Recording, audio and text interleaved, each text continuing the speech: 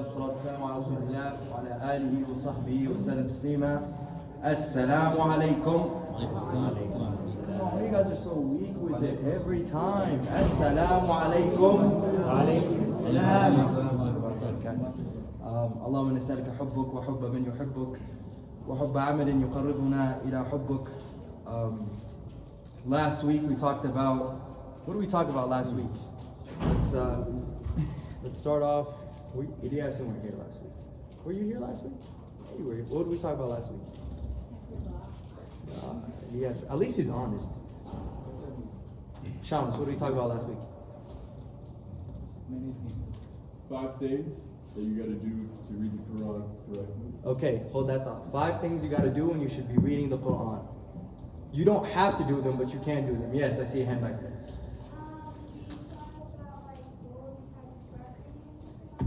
Goals on how to start reading Quran.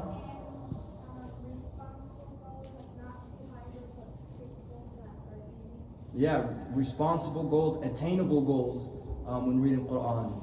Now, Shamis mentioned here 5 things that we should be doing in terms of respect when reading the Quran. What are those 5 things? Let's start off with the sisters. One of those things. Posture. Okay, perfect. Boys. Yes. Wudu. Perfect. You weren't even here last week, were you? No. But you got it right, mashallah. Perfect. Good job. Okay, wudu. So we said posture, wudu. Ali is saying face towards the qibla. Another one from the sisters.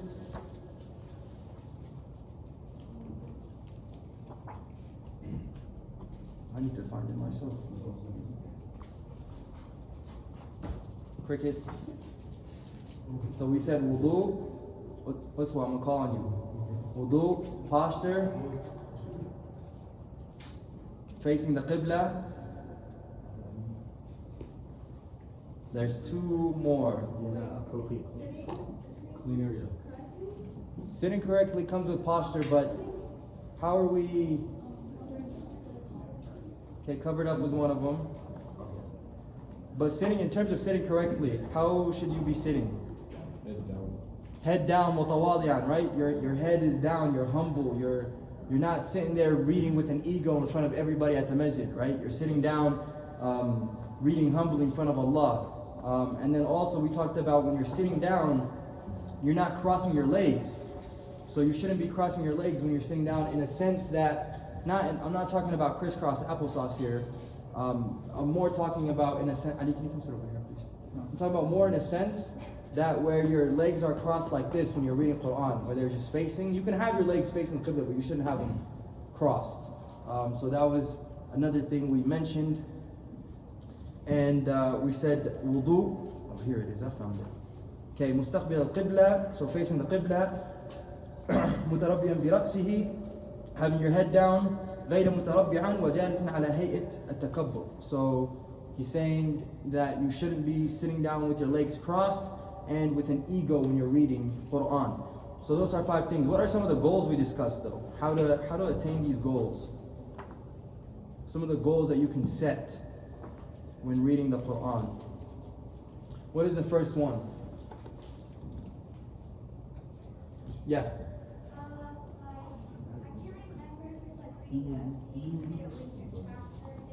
So yeah, it doesn't have to be a specific quantity, but it's more of daily recitation. That's the main goal. The first thing is daily recitation. Okay, there's 3 more. What was the second one? Understanding what you're reading. Okay, that goes with it. Yeah, when you recite the Quran, engage with it emotionally, right? Engaging with it emotionally, right? Like for example, when you're reading Surah Al-Fatiha, right? When you seriously understand Surah Al-Fatiha, I'm an Arabic speaker and I've spoke Arabic my entire life. I didn't realize and understand Surah Al-Fatiha until up recently, right? When you're reading Surah Al-Fatiha and you're saying, you know, Ar-Rahman Ar-Rahim, you seriously like ponder upon those words when you're saying Ar-Rahman Ar-Rahim. You're sitting there and you're like, I'm talking to Allah, the most merciful, the most gracious, right? And then Iyyaka na'budu wa iyyaka nasta'een. On you, for you I pray to, but for you I depend on. You're the pillar I depend on. You're the pillar that you're everything that I need in my life for me to go straight. Sirat al-mustaqim, ihdina sirat al-mustaqim. Iyyaka na'budu wa iyyaka nasta'een. So I'm praying to you, right? And I'm relying on you for the straight path. When you start realizing these words and reading them, and then we say Ameen, it's a whole dua. Surah Al-Fatiha becomes a whole dua. You're simply asking Allah through His own words, right, to guide you to the right path. And that's why we say Ameen at the end of it. So, yes, the first one was daily recitation. Second thing is engage in the Quran, try to understand it, engage with it emotionally. Third thing, what was the third thing? Something to do with Jannah and Jahannam. So we said, use your imagination when you read verses of heaven and hellfire. Use your imagination. Now, of course, we'll never be able to imagine it. We'll never be able to realize what it's like. It's something that eye has never seen. It's something that ears have never heard of, right? But use your imagination. When you think of specifically hellfire, use something so severe that you start yourself, you physically start making yourself, become fearful of it, right? And when you speak of Jannah, use something, start imagining things that you're just calm, comfort, things that make you happy, peaceful, right? And try to imagine things to associate it with it. That way it helps you engage with it more. And the last thing we said was use all the resources you have available to you, right? We talked about how the apps on the phones today, tafsir, all different kinds of things that you can find and understand the Quran. You have so many options in terms of YouTube, of every surah if you want, if you really want to understand the Quran. Now, today's topic I want to continue on mainly speaking about a book that I think if you have the chance to buy, I think it's only $20 or $25 online. And the book is called The Beginning of Guidance, Bidayat al-Hidayah. Who's heard of this book before? Or who's read it? Okay, well this is good, this is great. Bidayat al-Hidayah is a book by Abu Hamid Alghazali. I got this book gifted to me, and it's just full of gems. So the reason behind why this specific Imam posted this book or made this book, he actually had published 18 volumes of a book called Ihya al-Ulum, Ihya Ulum al-Din, right? The giving life or bringing to life the sciences of Islam. So he published 18 volumes. Each volume is about 300-400 pages. 18 volumes of how we need to engage in Islam and how we need to revive Islam. 18 volumes. So one of his students came up to him and was like, yo, Sheikh, listen, nobody's reading that. Like, we're not reading, we don't got the patience for that, and nobody's gonna read 18 volumes of your book. So here's what I'm gonna do. I want you to tell me a summary of this whole book. All these 18 volumes, I need a summary of it. So the Imam was like, all right, sit down. Meet me between Asr and Maghrib, sit down. I'm gonna give you the full summary of the whole 18 volumes, right? And but he took an unexpected turn. So he was telling his student, and his student was writing down page for page. The total book is like only 50 pages, but then there's translations with it and things like that to help you in commentary, to help you understand more. But basically, he starts off by saying, if you want to read this book, or if you want to advance in Islam, who here, raise of hands, who wants to be better in their Islam or in their deen? Everybody's hand should go up, right? Everybody wants to be better in terms of their deen. Everybody, even if you become a scholar, right? Even scholars themselves say they don't like being called scholars, because the minute you think you're a scholar, there's still more to accomplish. Deen is always something you're always striving to learn. You're always a student of knowledge throughout deen. So he's saying that in order for you to get to this guidance, in order for you to get to where you want to be, right? This is why the book is called Bidayat al-Hidayah, the beginning of guidance.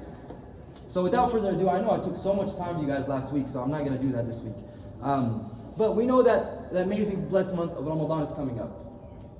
And here he's saying that everybody wants to be guided. Keep in mind, this book was not written just for Ramadan. This book was actually written way after the month of Ramadan and way before the month of Ramadan. But when he wrote the book, it's meant for the daily life of a Muslim. It's meant for a daily life of a Muslim is what this book is meant for. So, in the beginning of guidance, he starts off with, who here would like to be a student of knowledge? Show of hands. Okay. And that might not be your thing. That's fine, right? But majority of people should strive to go towards gaining knowledge. Now he gives you 3 signs that you have to kind of survey yourself in this sense, right? So he says, He says, وَاعْلَمْ رَحِمَكَ اللَّهُ أَنَّ النَّاسَ فِي طَلِبِ الْعِلْمِ عَلَى ثَلَاثَةٍ أَحْوَالٍ. So he said, no, understand that Allah, may Allah have mercy on you, that there's 3 cases, 3 classes, 3 levels of people who are chasing knowledge. 3 levels, okay? Now keep in mind, Imam Abu Hamid Alghazali also wrote these volumes, these 18 volumes, in a time where people were chasing knowledge just for money. People were chasing knowledge to be imams. People were chasing knowledge for other reasons other than Allah, right? So he wrote this book basically coming at each single person. Now when you read this book, you seriously start questioning yourself. Like when I was reading this book, and I'm not done with it, but you seriously start questioning, you're like, wait a second, what am I doing this for? So the first thing he says, I'm just going to go straight to the English. He said, understand, may Allah most have mercy on you, that there's 3 classes for seeking knowledge. The first one, now just please think to yourself and see if you're one of these people. That's it. Just truly take a minute and see if you're one of these people. First one, he says, first is a man who seeks knowledge to make his provision on the way to the next life. So he seeks knowledge for what? For the akhirah. Which means he's seeking knowledge for who? For Allah. So this first level is that means you're purely seeking knowledge only to please Allah. You're not seeking knowledge to come give lectures at CVA. You're not seeking knowledge to go give khutbah at Masjid Rahmah. Right? So I'm telling you, when I was reading this book, I was like, yo, this guy is like coming, it's like an arrow straight to the heart. And when I was given this book, the person who gave it to me was like, yo, like, just want you to know that if you truly feel like that, then there's something happening to you. There's an effect that's going on. But if you feel like his words aren't hitting, then maybe this book is not for you. Because his words are very harsh and straightforward, especially when you read them in Arabic. So he said the first level is you're purely seeking knowledge for Allah. Okay? Second level is a man who seeks knowledge to assist him in the present life. Meaning, he wants to have an honor, people want to respect him, he wants people to respect him, right? He wants people to look up to him. He wants people to see that he's in good standing. He wants people to see that he has wealth. He wants to gain an imam position so he can make money, right? So that's the second person. And he's aware of that. He knows that he's doing this. He knows that he's seeking knowledge for people and for money and for good standing and for respect. He knows that. So he's aware of this, right? And then he puts himself in jeopardy and starts questioning himself. And when he realizes it, he makes repentance. And when he makes repentance, right? فَإِنَّ التَّائِبَ مِنَ الذَّنْبِ كَمَنْ لَا ذَنْبَ لَهُ. So whoever repents, it's as if he never even sinned to begin with. So he catches himself midway and he's like, yo, I gotta hold up, wait a second. We talked about last week, how does ibadah start? Or how does worshipping of Allah start? In 3 ways. What is the first thing? Show off, riya. And then it becomes a habit, a ada. And then it becomes ibadah. Right? A lot of people who are chasing knowledge comes off first, they're doing it to show off. They're doing it so that people can see them and recognize them for what they know. Then they do it so much it becomes a habit. It's a ada now. Once it's a ada, it turns into ibadah. Now to the point you start questioning yourself, why am I doing this? I wake up to pray Fajr every day at the masjid, but am I doing it because all my boys are praying with me? Or all the uncles? Or I want to marry this person's daughter, so he's going to the masjid, so let me show him I go too? But then it becomes a ada. It becomes a habit. And when it becomes a habit, then you're like, okay, now you start purely enjoying it. Now it becomes ibadah to you, right? You first do it for other reasons, but then it turns into ibadah. So he's saying this person is kind of like that. He catches himself, and then he switches it up, makes tawbah, changes his course. Now, third, this is a man who has fallen completely under Satan's way. This man uses his knowledge only to increase his wealth. Okay? Boast of his rank and take pride of a large following. That's all he uses it for. He's not even to the point where he's aware of it. That is his intention. 100%. Not like the second person who's aware and he's like, yo, this is not right. But this third person is like, I'm purely doing it for people. I'm purely doing it to gain money. I'm purely doing it to get paid. I'm purely doing it for whatever the case may be, but it's everything other than Allah. So this person is a failure in life. Min al-khasirin. He's a loser. So think to yourself, every time you attain knowledge, or if you're leading a halaqah, or you have your own usra, or whatever the case may be, your youth group, whatever it is, you have Instagram group chat or group chat with the boys or whatever, think about why you're gaining knowledge. Are you doing it for everybody else or are you doing it purely for Allah? So these are things, now not just knowledge, but think about it as ibadah. Are you coming to pray Taraweeh because all your homeboys and your homegirls coming? Or are you coming to pray Taraweeh because your parents are forcing you to? Or are you coming to pray Taraweeh simply to get closer to Allah? What is the goal here? Right? Are you giving zakat and donating and this purely for other people? Or are you doing it for Allah? Now these are words that I'm saying directly through here that I have to sit there and I got to sit there and reflect and constantly purify my intention. Sheikh Shams here was supposed to be today, and I really wanted him to speak about purifying intention. I told him, Sheikh, I can't do it. There's no way. Because this is something I constantly struggle with. This is something I'm constantly sitting there and I'm like, okay, why am I coming to CVA? Is it because my boys are coming and they're supporting me and whatever, or is it because, what reason am I coming for? Right? So you have, like, when you read, when you try to seek knowledge, the number one thing, even with Quran, is tadabbur. You have to sit there and reflect on yourself. You have to sit there and reflect on the words before you give it out to other people. So those are the first three things, right? Now, he jumps into... Can I add one point? Yes, Ali. So, as you said, I asked Imam Shams as well the same question, like how to purify your intentions.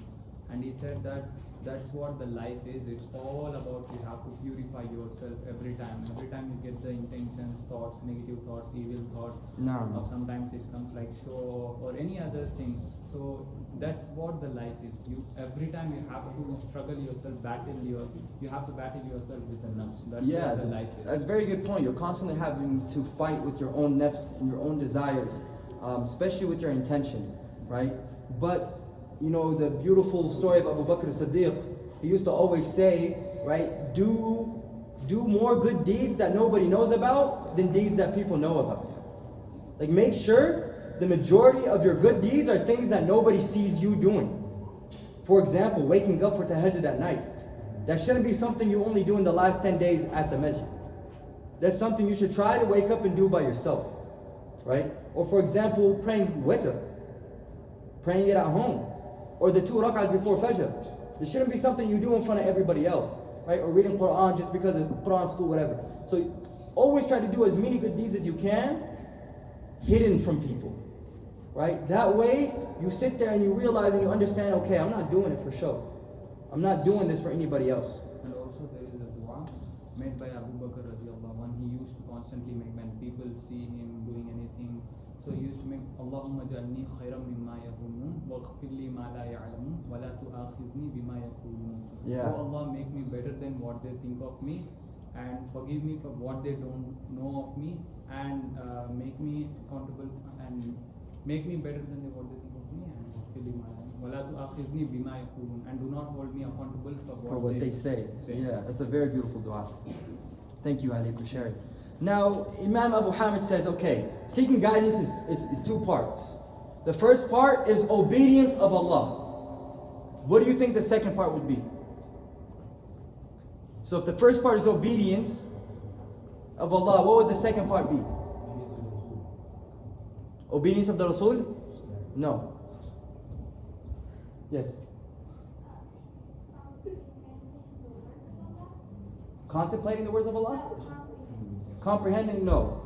There's two parts to guidance. One is obedience. That's a good guess. The second part, what do you think it would be? If one is obedience, what is the other one? Accepting. Following. Opposite. What's the opposite of obedience? Disobedience. So the first part is obedience. The second part is staying away from disobedience of Allah. Right? That's the two parts for seeking knowledge. Today, I'm not that far in the book. I'm only on the obedience part. So he says that قال رسول الله صلى الله عليه وسلم. Now pay attention to this hadith. This is a beautiful hadith. Now this hadith Qudsi. Who knows what a hadith Qudsi means? Yes, hit me. Hadith Qudsi is a hadith, words of Allah said to the Prophet. Is it Quran? No. But it's from Allah. Yeah, it's the words of Allah to the Prophet. But isn't that Quran? No, you can't use that as worship. Like, yeah, you can't say it during Salah. Yeah. Good job. That's a perfect answer. I like that answer. Hadith Qudsi, right? Hadith Qudsi is a hadith that came directly from Allah to the Prophet ﷺ, but it's not Quran. So you can't sit there and recite it during Salah, right? But it's words directly from Allah. Hadith Qudsi.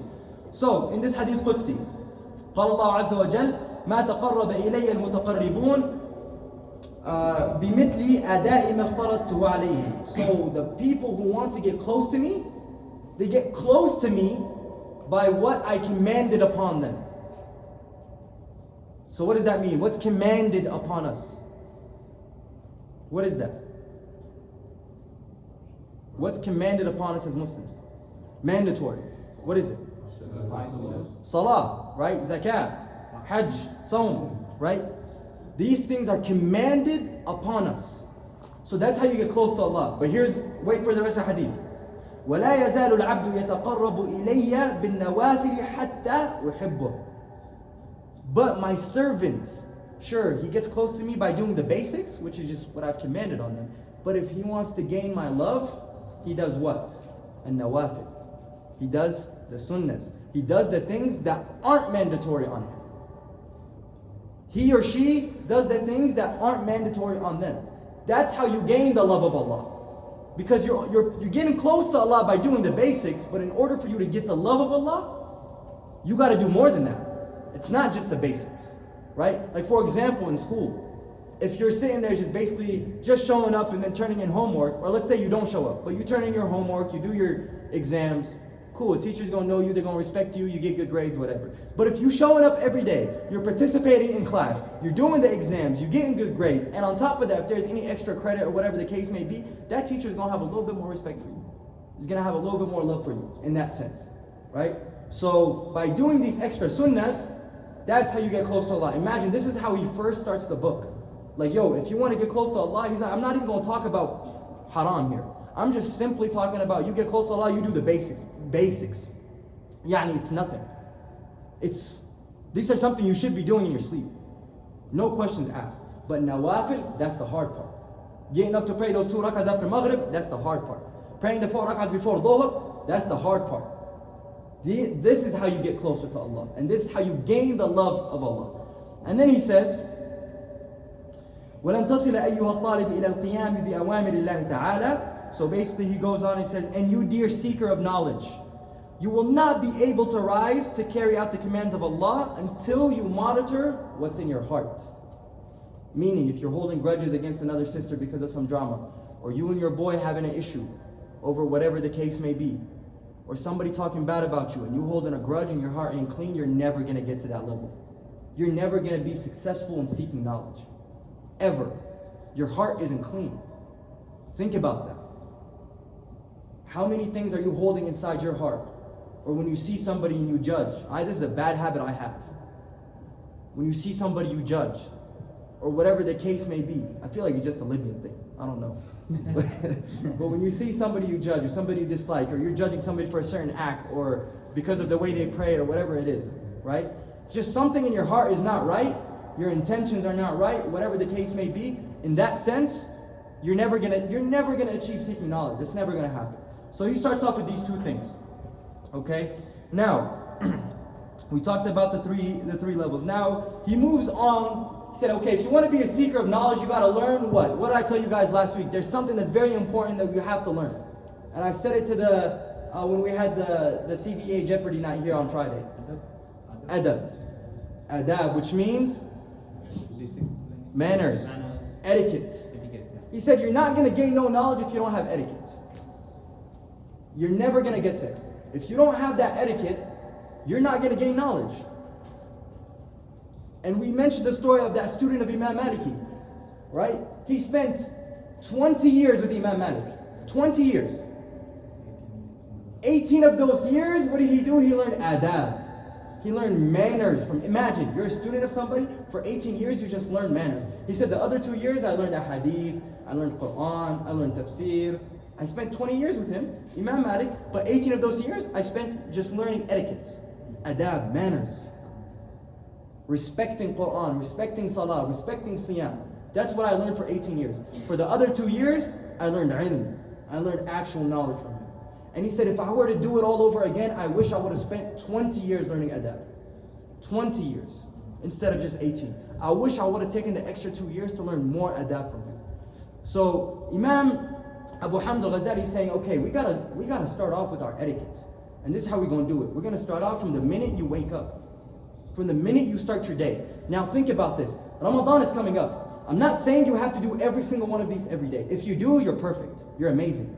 I wish I can be like you. And it's going to be hard to do this every single day because you guys have school, university, we got jobs, businesses, whatever the case may be. It's hard to do these every day. It's hard to keep up with your prayers every day. There's so many other things that you have to do, and you have other things to work around. Sometimes the schedule here living in the West does not make it easy for you, right? But I know everybody here has at least one off day during the week. If not one during the week, then maybe once every 2 weeks. I know you can dedicate one off day during Ramadan to implement these and do these perfectly. That should be one of your goals. Please, leaving this lecture today, one of your goals should be, I want to implement everything we're going to talk about during one day. If I can knock these out during one day, I'm the best. Because then it first starts off as riyah, you're first showing off, and then aada comes a habit, and then it becomes ibadah.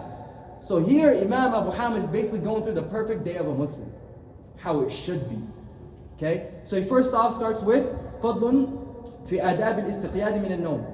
Etiquettes of waking up from sleep. What's the first thing you should say when you wake up from sleep? MashaAllah. Alhamdulillah الذي أحيانا بعد ما أماتنا وإليه النشور. What does that mean? Yes. All praise be to the one who arose us. Can't hear anything. All praise to Allah, the one who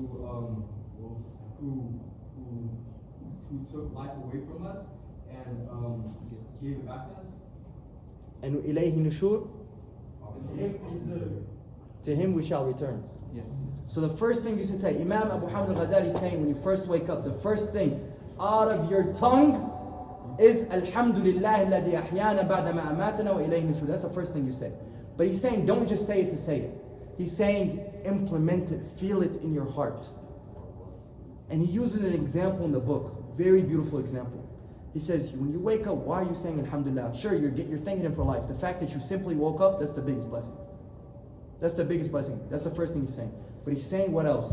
He's saying that tongue last night you were using to cuss other people out, to do ghiba and namima, to talk drama, talk behind people's backs, joking around and bullying other people, disobeying your parents and raising your voice. That same exact tongue that you were doing all these yesterday, you shouldn't have it today. Because that's what you used it for yesterday. Today you shouldn't have it. Like when you get grounded by your parents or something like that. You know, they find you doing something on your phone, the next day you're not having your phone. It's getting taken away. But Allah is giving you another chance to use that tongue you were just sinning with all night. Or those hands, whatever you did with it, or whatever you use with your legs, or whatever the case may be. He's giving you all that again for another opportunity. Alhamdulillah. First thing that comes out of your mouth. Like, yo, I wasn't the best person yesterday. And I woke up today and Allah still gave me everything I was neglecting. Alhamdulillah. I'm blessed. And scientists say the biggest key to success, or the biggest emotion that breeds success, is the emotion of gratitude. Being grateful for the things you have. That is the biggest emotion that breeds success. The richest people, when they wake up early in the morning, they have such gratitude. They wake up so early to meditate and reflect upon their life. Having hamd. Alhamdulillah alladhi ahyana ba'da ma amatana wa ilayhi nushur. And that directly translates to, praise be to Allah who has brought us back to life after causing us to die, and to him who shall be the resurrection. Nushur. He's going to be the one to resurrect us. Alhamdulillah. Okay, so Imam Abu Hamid Alghazali is saying, this is the first thing. You should feel it on your heart when you're saying this. You should feel it inside you. And then he moves on. He goes, okay, you woke up, the first thing you did is hamd. Next step. Now he's going through your day step by step. This is how you should do it, to know you're a seeker of knowledge and to know that you're going to be guided. The beginning of guidance. Remember, the book is called The Beginning of Guidance. Bidayatul Hidayah. Beginning of guidance. He says the next step. فَإِذَا لَبِسْتَ ثِيَابَكَ فَأَنْوِي بِهِ امْتِثَالَ أَمْرِ اللَّهِ تَعَالَى فِي سِتْرِ عَوْرَتِكَ. So when you wear your clothes in the morning, you get out of bed, now you're wearing your clothes. If that isn't the first step or the second step or whatever, but anywhere in that steps that you do, he's saying the second step you do is you wear your clothes. When you wear your clothes, wear it with the niyyah that you're pleasing Allah to cover your awrah. Imagine, he said, when you wake up, how many people think about when they wear their clothes, they're doing it? Like, think about this. I'm like, yo, should I wear shorts today or is my dad gonna yell at me? Like, that's what I'm thinking about. Should I wear shorts today or is my dad gonna yell at me?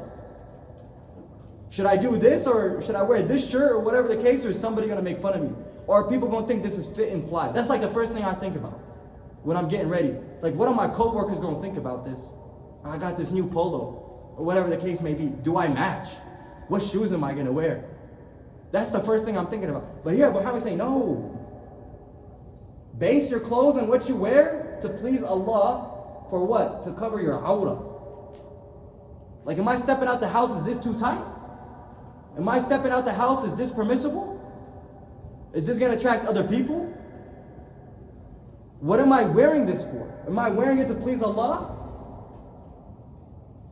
Or am I doing it just because I want everybody to think I'm fresh and fly or whatever? So he's saying the first time, I never thought about it this way until I read this book.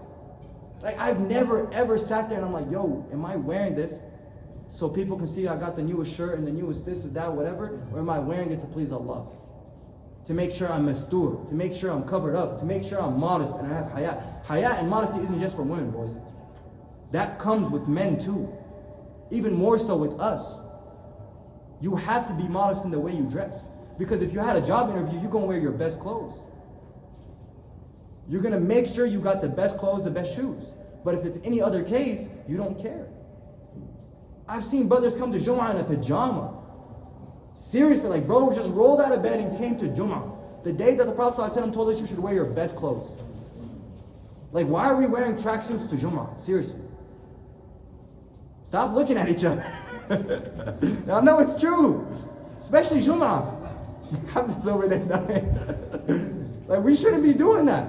We should be rocking our best clothes to Jum'ah. Now, it's different if you coming from work or whatever and you can't. That's a different story. But if you have the ability to get ready and dress up, do it. Keep a thobe in your car if you have to. Right?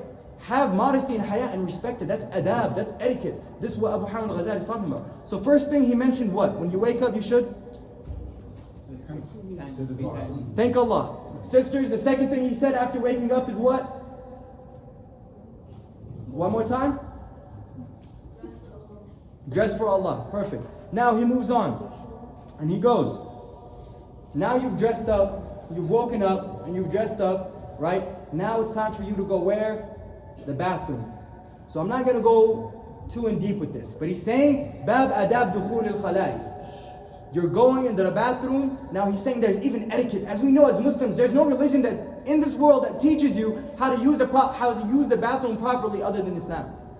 There's no religion out there that teaches you how to do that. What you should do with your left hand, what you should be doing with your right hand. If you don't have water, what you should do. Things like that. How you should even step in, which foot you step into the bathroom with. Those are things that detailed in Islam.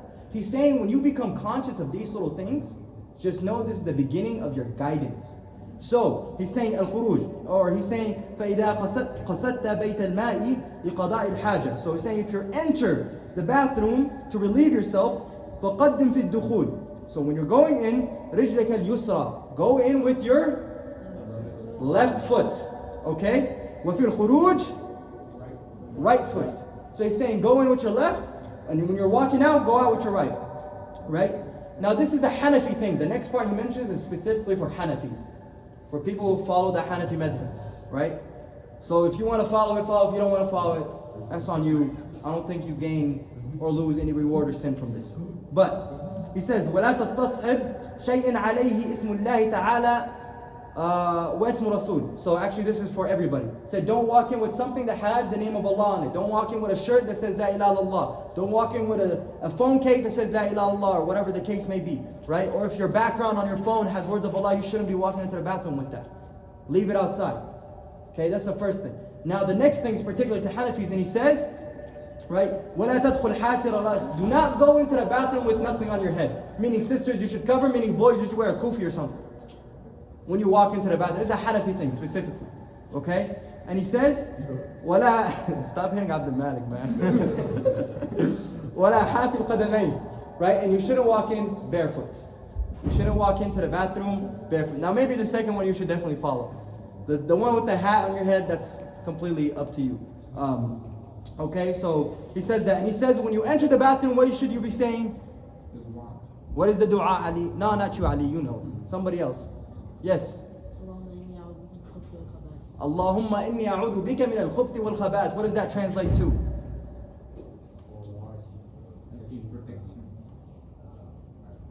Oh Allah, I seek refuge in you from filth and impurity.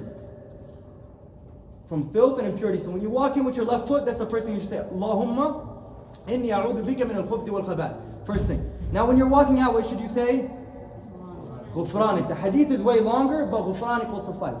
Ghufranik, which means, what does it mean? Ghufranik. What does that word come from? Which means? Forgiveness. Your forgiveness. Ghufranik, your forgiveness. When you're walking out, your forgiveness. Now look how detailed, and he goes even way more detail of specific du'as you should be saying after every step. But I'm going to leave it right there. So we started off with what?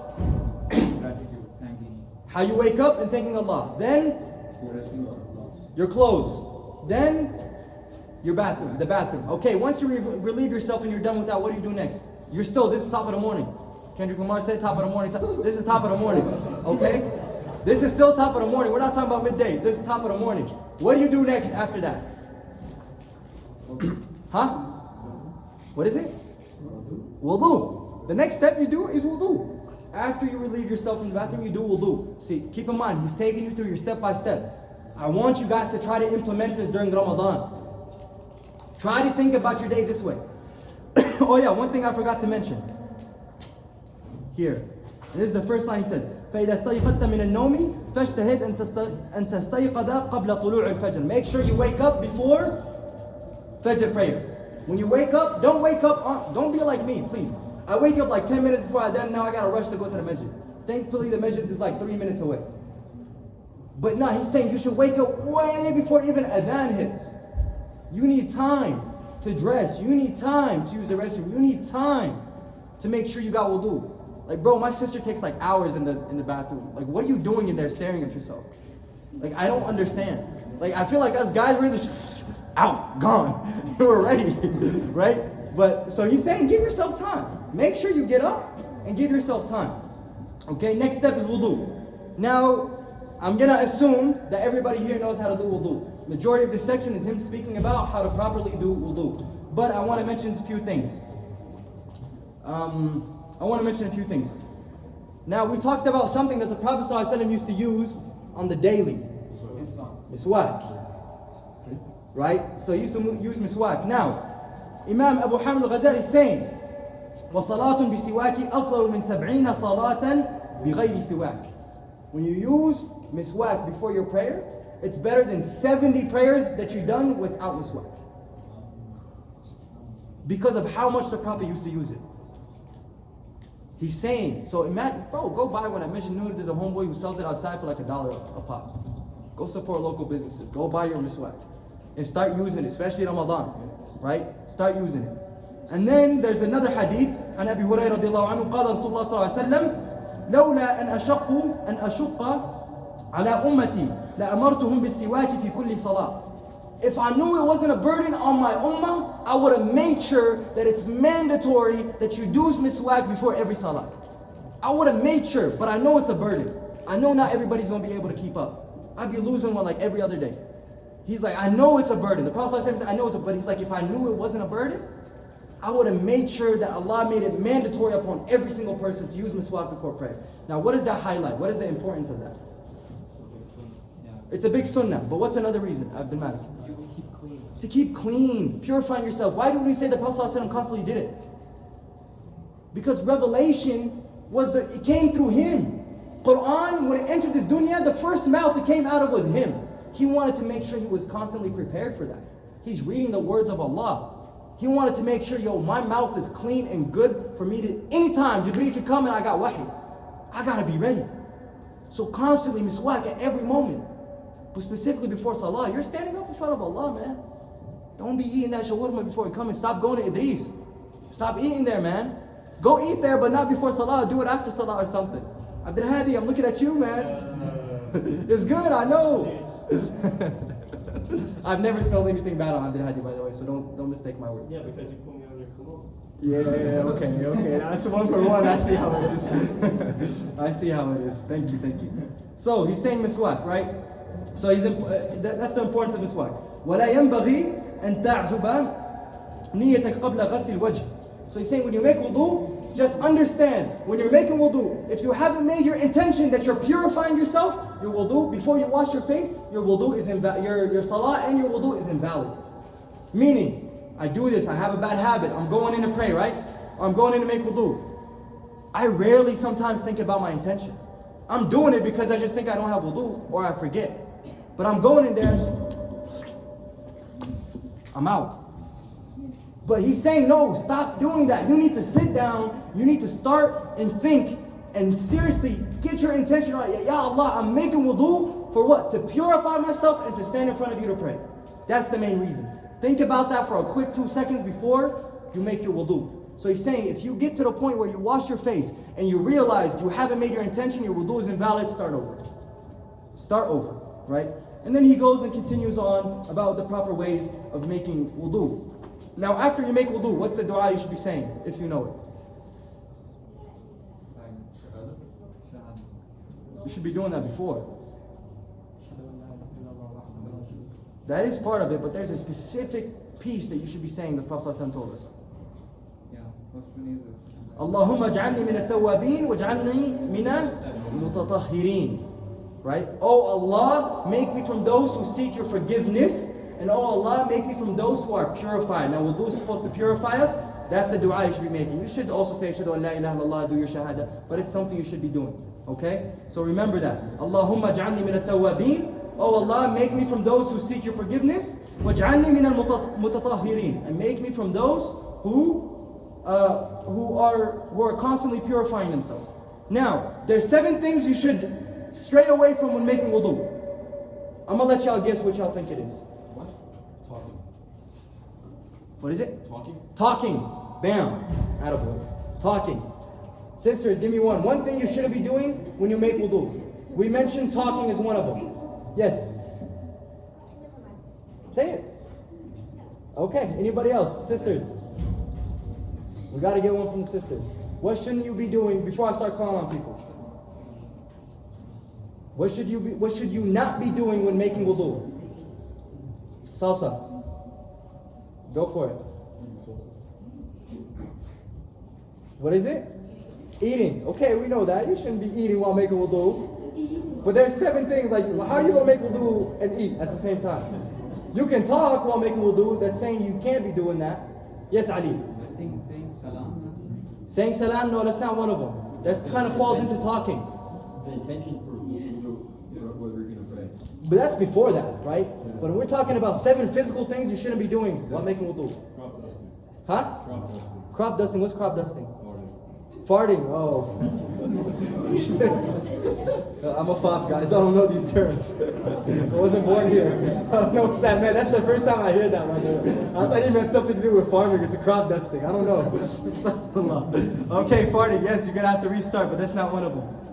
These are 7 physical movements. Oh, like breaking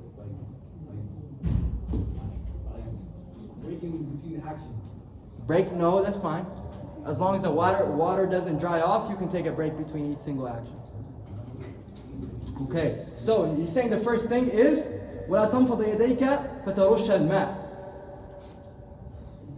Perfect, فَتَرُشَّ الْمَاءِ, exactly. Do it again. Exactly, perfect. You shouldn't be doing what? You know, you get water and you wipe your face and then you're like this. فَتَرُشَّ الْمَاءِ. You can't be doing, I've had these faces where, oh, wait a second. Hold up. But Kenana, you got the straightest face right now, mashallah. Anyway, فَتَرُشَّ الْمَاءِ. You shouldn't be splashing water, okay? What is it? وَلَا تَلْطِمْ وَجْهِكَ. What does that mean? Wajhik. Like smacking your face, bro, don't do that. Do not be doing that when making wudu. Some brothers be so fast with it, it seriously looks like they're hurting themselves. Like seriously. I'm like, bro, relax, bro. Just take your time with it, man. Like you're gonna walk out with red marks all over your face. Like chill out. So he's saying the first one was what? Do not splash water. The second one? Do not smack your face. Do not strike your face or your head. Okay? And then what Imran here mentioned, he said, do not indulge in worldly talk. Don't be sitting there making wudu like, yo, bro, that's a nice X5M, my boy. Like, me and Abdul be doing that measure golden. We be making wudu, like, bro, you thinking of getting the CTSV? Like, we just sit there talking about cars while making wudu. We shouldn't be doing that, man. We shouldn't be. So do not indulge in talk when you're making wudu, okay? Next, he says, do not wash any limb more than 3 times. Do not wash, he's being specific about this. Do not wash any limbs more than 3 times. Why is he saying this? Shaitan, you get waswasa. You get waswasa. Shaitan's gonna come to you like, yo, bro, you didn't do it 3 times, do it again. And now you're there doing it 3 times again. Right? Don't do it. Nah, halas. You washed, it looks sweat, move on. Don't sit there and redo it. Okay? Unless you actually missed the spot and it looks dry. The Sahaba, they were walking behind some other Sahaba, right? And they were laughing. This is right before Badr or right after Badr. So they were making wudu. And then the Sahaba were laughing. Why? Because when they make wudu, they're walking barefoot and what? Are they walking on pavement? What are they walking on? Sand. So when your feet are wet, the sand should what? Stick. Stick shift. Who said stick shift? The water should stick on whatever area is wet, especially when you're walking. So some Sahaba were laughing because the 2 other Sahaba in front of them were walking and it was still completely dry on the bottom of their feet. Still completely dry. And the Prophet was like, why are you laughing? Yeah, look at them. And the Prophet said, wailun, like woe to those who don't wipe their feet, the heels. Make sure it's still dry. Woe to them. Like this is a big adab. And nar, Jahannam is gonna burn. Is gonna burn that part that the wudu didn't touch. Imagine they're doing wudu, which means they're what? Muslims. That means what? They're doing wudu to go pray. The Prophet ﷺ saying, nah, wait a second. Yeah, we get that, but you're not giving it your best in your wudu here. You're just splashing water. It's still dry. And just wait on it. Nar, Jahannam will burn the areas that are dry. So when you make wudu, make sure, please. Especially I see a lot of the youth when they're making wudu, they just do their face, just one hand. Nah, you should get all the way to your ears, under your jawline, all the way to your forehead. The top of your forehead. Now if you got a receding hairline like me, you might gotta go a little bit farther. But if you got a good hairline, you might not have to go that big, that far. But I got a 5 head, so I just gotta do a little more than everybody else. So he's saying that make sure you cover every spot. When you make wudu, make sure you get your elbow, past your elbow just to be safe. Get your big muscles, bro. Just make sure they're wet. They glisten a little bit more. Just in case. Alright? Just in case. So make sure you cover. You get every spot. And then where do we stop? What are the ones we mentioned already? What was the first one? Splashing. Second one? Smacking your face and your head. Third one? Talking. Fourth one? Do not wash more than 3 times. Okay. Fifth one. Do not pour more water over yourself than necessary. My dad hates when I do this because he hears me make wudu and the water is on blast. He's like, bro, you don't, and when he makes wudu, you can't even hear the water. It's like droplets. And somehow he comes out more wet than me. Like everything is covered up. It doesn't make sense. Right? But he's saying do not overuse the water. Be moderate with your water. Get some light water running. Imam Shams, when we were younger, we were like 14, 15 years old, maybe a little bit younger than that. Imam Shams taught us a way how to make wudu at the park with just using a water bottle. I swear to God, it was like one of those regular, like, what are they, 16 fluid ounces water bottles? It lasted like 5 people. I kid you not, it lasted 5 people. Like a water bottle you can drink and gulp, it lasted 5 people. He showed us a proper way how to make wudu, just off that. And we got everything covered, right? So he's saying, do not use more water than necessary. Number 6, do not perform your ablution with water that's been sitting in the sun. So if there's a pot of water outside, do not use it for ablution. And the 7th thing is, do not do ablution with something that's coming out of copper or being contained in copper. Nuhas, right? So those, now where are we still at? Are we still at what? What part of the day are we? Top of the morning. We're still at top of the morning here. We haven't even left the house, right? Then he talks about adab ghusl janaba, so the ritual of impurity and things like that. I'm going to skip over that part and we're going to go into, and then he speaks about adab tayammum. So basically the etiquettes of doing tayammum. Who knows what tayammum is? Making wudu without water, right? So we're going to skip that part because that's not as relevant to us today, and we're going to skip that part. Adab al-khuruj al-masjid, that's the next step. Etiquettes of leaving to the masjid, right? Now hear this out, please pay attention. Remind yourself of this in Ramadan. Remind yourself of this in Ramadan. Pay attention to this. فصلاة الجماعة تفضل صلاة الفذ ب27 درجة. ب27 درجة. He's saying the salah at the masjid, like how y'all came and prayed at the masjid today, jama'ah, that is better than praying at home by yourself by 27 times. 27 times. Now imagine during Ramadan, that's multiplied hundreds of times, thousands of times. And he's saying when you come to the masjid and pray, this is multiplied 27 times. I see some brothers, mashallah, they are on top of it when it comes to Fajr and Isha. They make sure, and some brothers are driving like 25, 30 minutes just to go to the masjid. On top of it. What's your excuse? The Prophet ﷺ said, now sisters, I know it's not obligatory for you to come to the masjid, but it's Ramadan. Do your best. If you can make it, make it. Get that extra ajr. We need it. I need it. If I wasn't going to Fajr, praying Fajr at the masjid, before Ramadan, then Ramadan should be the month I should start making it a habit. That I should start going.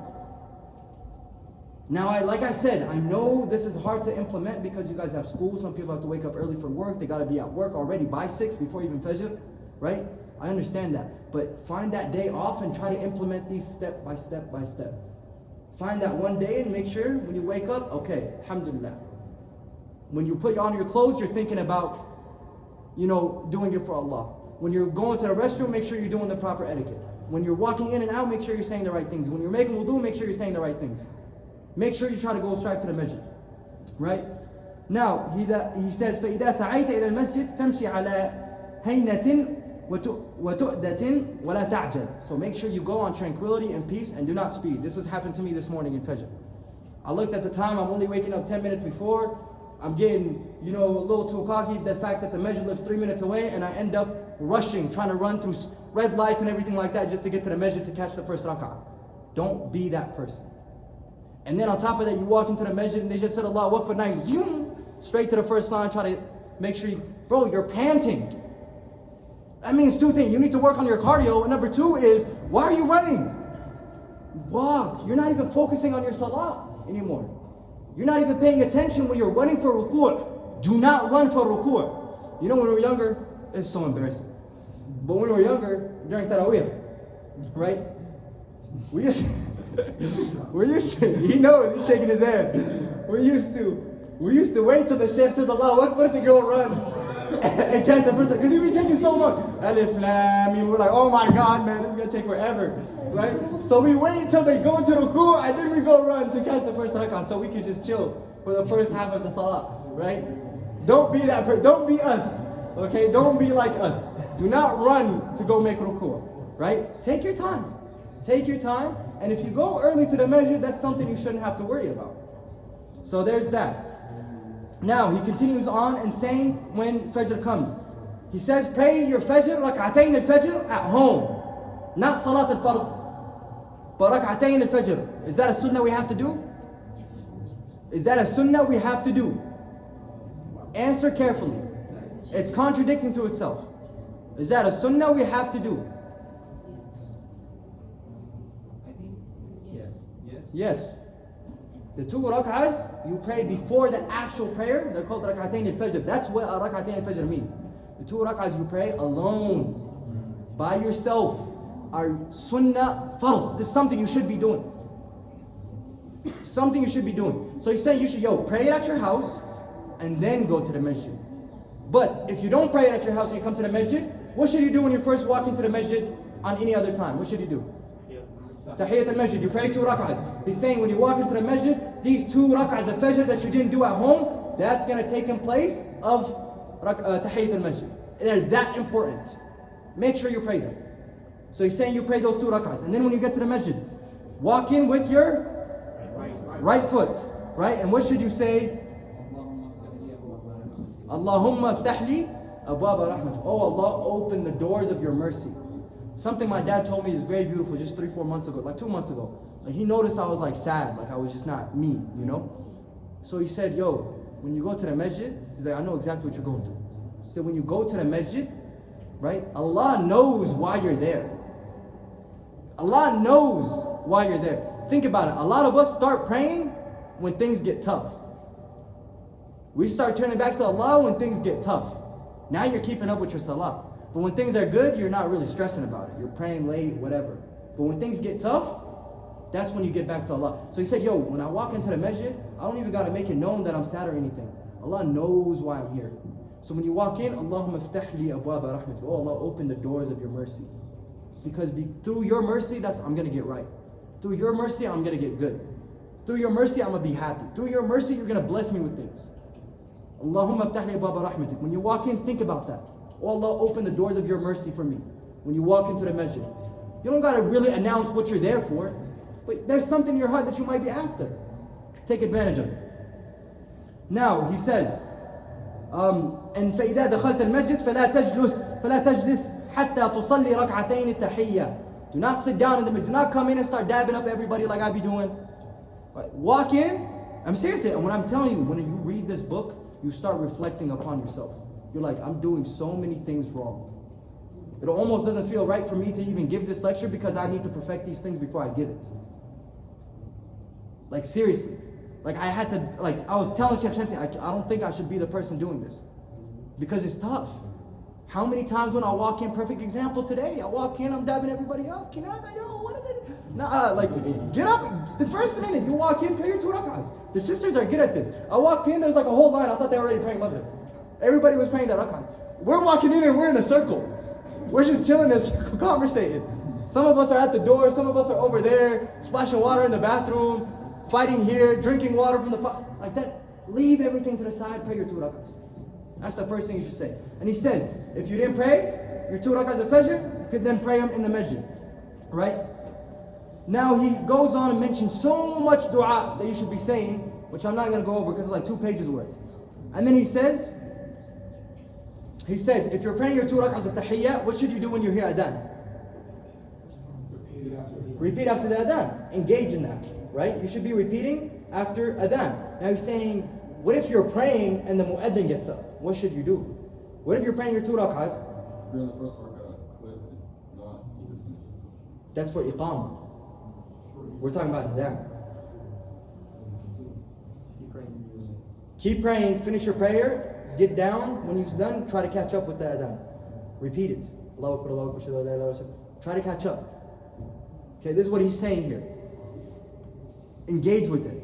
And he says when the imam gets up, فَلَا تَشْتَغِلْ إِلَىٰ أَدَاءِ الْفَرِيضَةِ إِلَّا بِذِكْرِ اللَّهِ وَالتَّسْبِيحِ وَقِرَاءَةِ الْقُرْآنِ. He's saying that when you get up here, when the imam is getting up here, drop everything. It doesn't matter anymore. Leave it behind. This is you and Allah. Leave everything behind.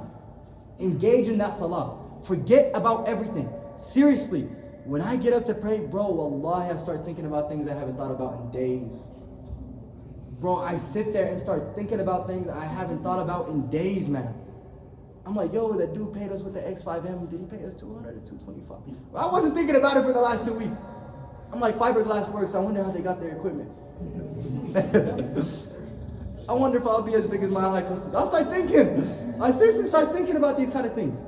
But I'm not thinking about it any other time. But when I get to prayer, Sheikh Shaitan is doing his thing. He's your personal therapist. Now you start thinking about your examples, and he's just talking to you, and you're like talking back, and you're like, oh, I didn't text him back. You're right. I didn't bring the eggs I was thinking about that the other day. I was praying Fajr, and the day before that in Isha, my dad was telling me like, yo, we're gonna have a little breakfast at the masjid. Bring some bread, bring some eggs. We're gonna cook it at the masjid after Fajr. I remember after Fajr, I forgot to bring the eggs while I'm praying. I was like, oh my God, my dad's gonna kill me. Everybody's here. They're invited for breakfast. That's what I'm thinking about, right? Like I should be doing a million other things, thinking about salah, but I'm thinking about the eggs that I didn't bring for my dad. I forgot about it the whole night. I didn't think about it the whole night. And he sent me multiple text messages, and I didn't think about it. And then Fajr comes, and all of a sudden it pops in my head, right? You start thinking about things you just don't be thinking about, especially when it comes down to salah.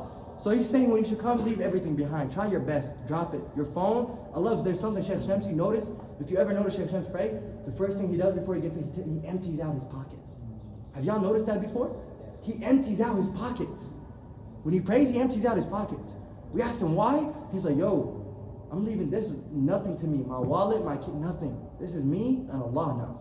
There's that conversation I'm having.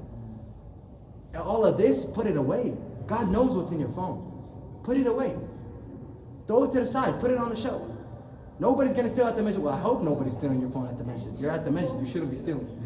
Right? It's happened to me at Masjid Abu Bakr and stuff like that. They stole my shoes once, man. I'm like, y'all here to pray, man. Why are you stealing my shoes, man? How is this happening right now? That was so sad. They were just retros, and I was at Prairie Middle School. I was so excited. I didn't even get to wear them for more than 2 days, man. I swear, I was crying. Anyways, it was so hard for me to comprehend why people are stealing shoes at the masjid. You're at the masjid. Why are you stealing shoes? Right? Anyway, so he mentions that when the imam gets up, you should be focused. And then he goes on and continues, and he says, okay, let's talk about after you pray Fajr, what should you be doing? Making dhikr. But should you try, man, it's hot. Should we be trying to stay till sunrise? Yeah, it's not mandatory. You should. It's not mandatory, but you should. So Imam Abu Hamid is saying, yo, nah, I know it's not mandatory. We know it's not mandatory, but if you want to see guidance, you're doing this. You're doing this. To know that you want to be guided and be a student of knowledge, you're doing this. You're staying at the masjid after Fajr. Like I said, this is hard to implement in your daily life. He's tough with his words. He's very tough. Because you sit there and you're like, I'm not doing 90% of these things that he's talking about. I'm not doing it. So he's very tough with his words. Now he goes on and continues to say, you should be staying at the masjid till sunrise. Now what is the hadith? What do we know? If you stay after you pray Fajr at the masjid, right? And you stay till sunrise, it's as if you went to Umrah. It counts as a whole Umrah for you. Imagine how easy our religion is. You don't got the funds to go to Umrah? Okay, bro, just go between Fajr and go pray Fajr, stay till sunrise, you made Umrah. My boy Abdul Hadi paid thousands to go to Umrah, bro, you can do it right here. 2 miles away. Between Fajr and sunrise. That easy. This is how our religion is. This is how beautiful it is. Take advantage of it. Right? Now he says, you don't just sit there and conversate with your friends. You don't sit there and talk with folks. You don't sit there, scroll through Instagram or whatever. No. He's saying this is what you got to do. Right? When you're at the masjid, where did I lose it? Bismillah. He's saying this is what you got to do. First thing. He said it should be divided between 4 different things. First thing should be وظيفة في الدعوات. Making dua. First thing, making dua. And he said if you're not making dua, then في الأذكار والتسبيحات, making supplication. Remembering Allahu Akbar, Allahu Akbar, Allahu Akbar, Subhanallah, Subhanallah, Subhanallah, Astaghfirullah, Astaghfirullah. You're making dua and you're making what? Supplication. That's what you should be doing after Salat Fajr.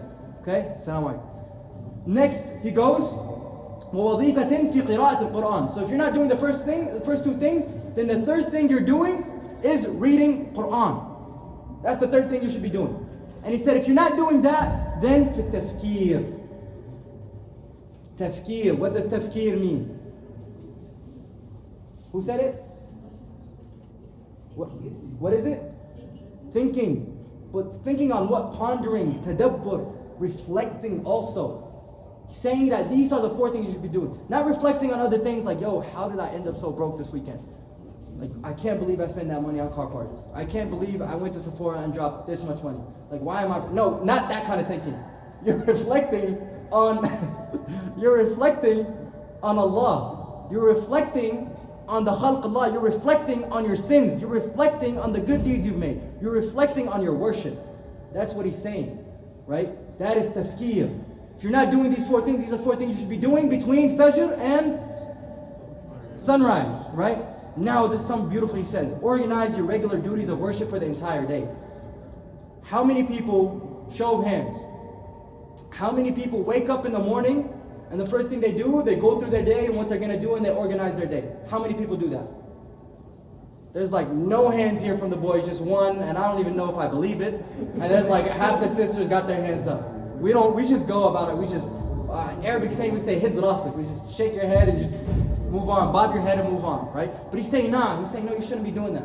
You should sit there and organize your day properly. Organize your day properly, but what? Not in the term of what you're going to do today or what's going to happen, but no, in a term of what? Organize your day in terms of your ibadah. Like, yo, here's my day, here's what's happening. We're at still, what portion of the day are we at? You're still at top of the morning, so in the top of the morning, I'm going to sit there and I'm going to organize my day. I'm going to sit there and I'm going to say, okay, I'm going to read this much Quran. I'm going to sit there and okay, I'm going to pray Dhuhr at this masjid. I'm going to pray Dhuhr at this time. And before Dhuhr, I'm going to pray my 4 rak'ahs. Right? You organize your day in terms of ibadah and then organize your day in terms of other things. My dad always tells me, when you link up with your friends, why y'all linking up at the time of salah? Like y'all always go to hang out right when prayer is about to happen, and then y'all leave prayer. He said if they're your true friends, y'all should meet up at the masjid, pray, and then go do whatever it is you wanted to do. Link up in the time of salah, go pray, all y'all get ajr, then head out. Do whatever it is you need to do. But don't be linking up at 4 o'clock and also at 4:30 and you guys know the event you're going to is 5 hours long. You're going to miss all your prayers. Make sure you coordinate your day around your prayers, not your day